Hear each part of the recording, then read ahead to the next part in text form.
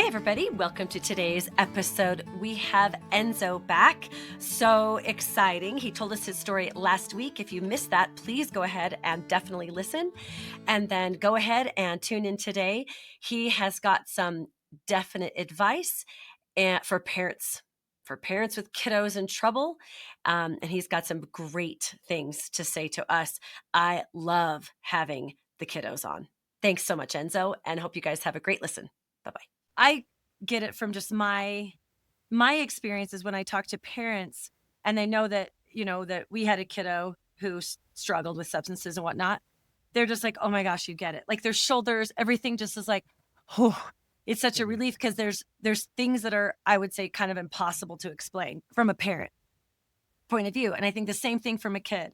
Like if a kid knows that you've gone through it, then it's just like, oh, you get it. Okay.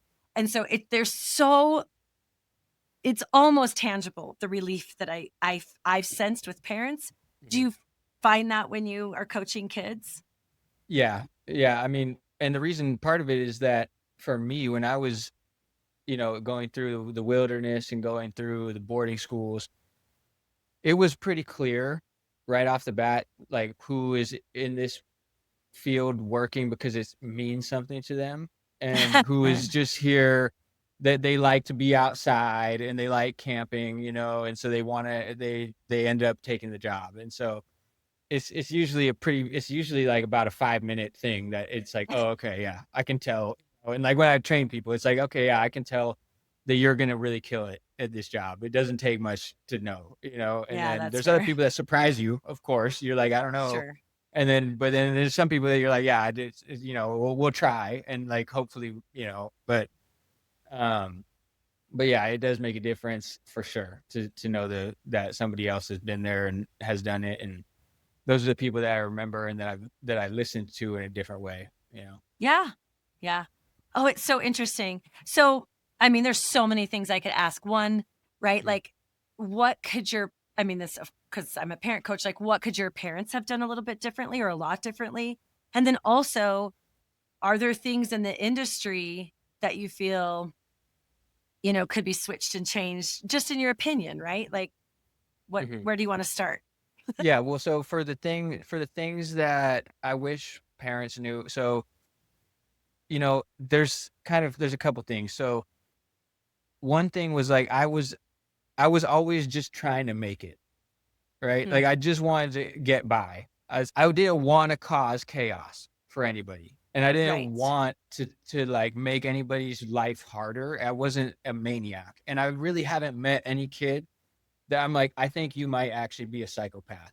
And there might be a kid out there that actually has that issue, but like most of these kids are actually just super sweet kids. And no matter what the situation, like in the inside, they're actually super sensitive. And there's Yeah. sometimes it's just a defense mechanism, or it can just be something that this is the only way they feel control in their life, or whatever it may be. There's always a reason for it. And so to get to and this is why I always say, like, if when I would be training people, I would tell them, if I could force you to do anything in your first week, I would force you to ask 1,000 questions. 1,000, not Wow. 25. It would be 1,000. I would force you to ask 1,000 questions. And obviously I can't do that. I can't make you ask 1,000 questions, right?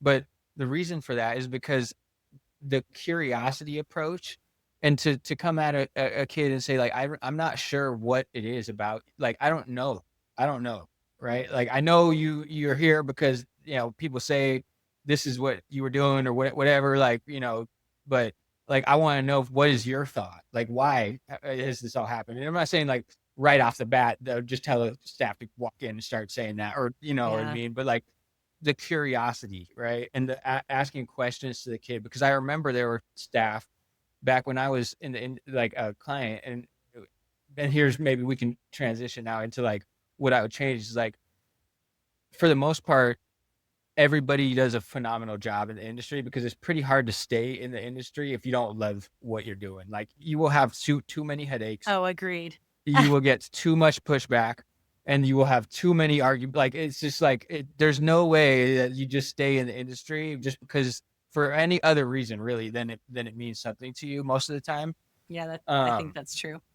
but like the way the curiosity is going to be your number one tool, like your number one weapon. Because I remember back when I was a client, this is where I was going, is like I remember the questions that some of the staff asked me, Hmm. like when they would ask me about me, and it wasn't like, it wasn't like prescriptive or like they're telling me something or this is why you're doing that. Like I remember those questions and those people who were like, I just want to know. And I could feel that it was like a genuine question. Like, I want to know about you, like not your behavior or not your like past or whatever. Maybe it could be about the past too, but like just something about you and like trying to get to know the individual here, not like the problematic kid, you know? Yeah. Oh, I love So, that. yeah. So that's probably the one thing. But most of the time, everybody did a phenomenal job. There was never, it wasn't like it was all just punitive, like things like that. That was not the case for me. But that's kind of something that I would say is just to remember, like, ask questions. Don't assume that you know why the kid is doing what he's doing or what the substances are doing for that kid. Like, ask questions about it in the right circumstance, and sometimes you'll get a question that you ask and you'll get the craziest answer that you never thought you were going to get that answer. Yeah. And it's just like, that's the value in it, because sometimes these kids are dying to share about themselves or dying to share how they feel about something. And so you just start asking questions and they start telling you the most like insane answers that you're like, wow, man, that is like actually pretty like it's great to know about you, you know. Yeah. What a great idea. I just think what a great idea. And then I'll just add in, I think, well, because when we didn't know what was going on with our son, but we knew something was going on, and we are just like, what's going on? Like, why won't you tell us? And he kept saying, you don't want to know. You don't want to know. You can't take it. I know you can't. You don't want to know. I'm not saying stuff like that. And Mhm. we just kept asking him. And there was probably moments of like, I probably asked in not a very awesome way. Like, oh my God, like seriously, what is the freak is going on with you? Like something like that. Mhm. But I know that at times I was really genuine. And the time that he finally answered, it was just like, no, I don't care what it is, we will love you. I think that's what I Mhm. finally said. Yeah. And then he divulged a whole bunch of stuff. And so it is interesting, just the idea of continuing to be curious. Because I think sometimes Yes. parents get a little fed up, like, well, I don't know what to do now. And they're not saying anything. It's like, no, just keep asking. So Mhm. I'll throw that Yeah. in there. Yeah, absolutely. The approach of like curiosity, because the thing is like you obviously, and it makes sense to not have nailed it in this department already, right? Because you're the Yeah. parent, like you've raised the kid since he was a baby. Like you probably, for the moms listening, like you carried that baby in your stomach, like you every second of their life, you're very familiar with it. But the thing that we don't know is their experience of Yeah, everything that we've seen, like and everything exactly. that we provided and like all the situations. Like we don't know how they feel about those certain things. And there's also things that we don't know about, you Oh know? my gosh, so much. So yeah, I mean, it's 100% a new person every single time, and those are the things that I would say to just keep in mind. Like, it was really clear to me when there was a staff that was like, "Oh, yep, problematic kid. This is his Yeah. history. This is the way he is. All right, I know how to deal with this kid." Like, that is not helpful. That is not helpful. You you may Yeah. have the study the material, you may have gone to the school or whatever it is, or you may have even lived a crazy life that you're now, you know what I mean, on a better route. But there's still an individual right in front of you that has the 100% different experience and viewpoint on everything. And so when you respect that aspect of a person, it 100% is noticeable, and they're gonna appreciate it. Whether they cooperate in the future, whether they answer the questions or not, they will know that you're respectful of their individuality.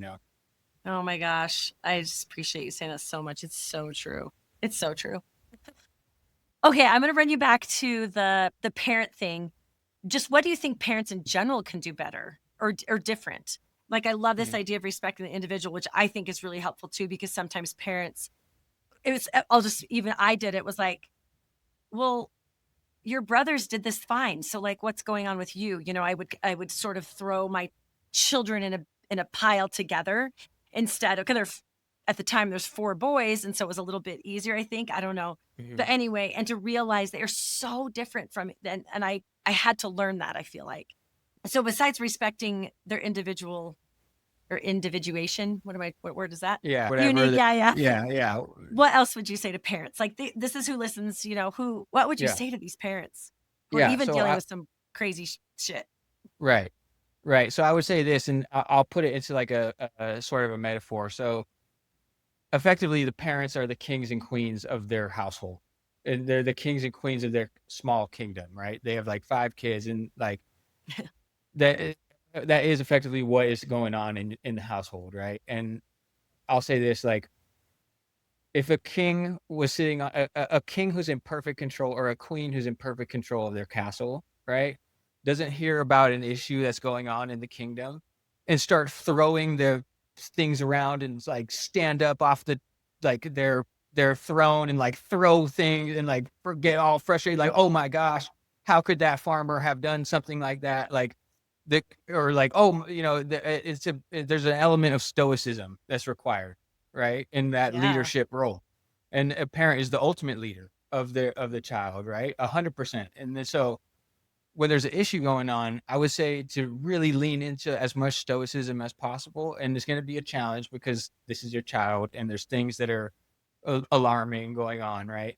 But it creates panic when Yeah. the king is now freaking out, or the queen is now like throwing her chalice across the room and shouting and things like that. Creates panic in the kingdom because the people who are watching, they're saying, oh my gosh, the number one leader who's in control here is in a shambles right now. Yeah. And And so everybody, if you're thinking, well, how does this relate to me? Just go ahead and imagine the time that I think I've shared on this podcast where I took my son's phone and I chucked it so hard at the tile in the kitchen because I was mad at Snapchat. And I mean, so that I just like relate to that so much. So I'll just say, yeah, yeah. yes. And so that's just it's not helpful because people need a strong leader. And especially in a time when they're in a situation like as I imagine some of the parents have children who are in these situations, right? Like Yeah. in that time, you need a strong leader. And so whatever kind Oof. of stoicism that you can bring to the table, like let's try and pull that out because that's going to create a sense of calmness in the kid, right? Like, and sometimes it comes as like a challenge.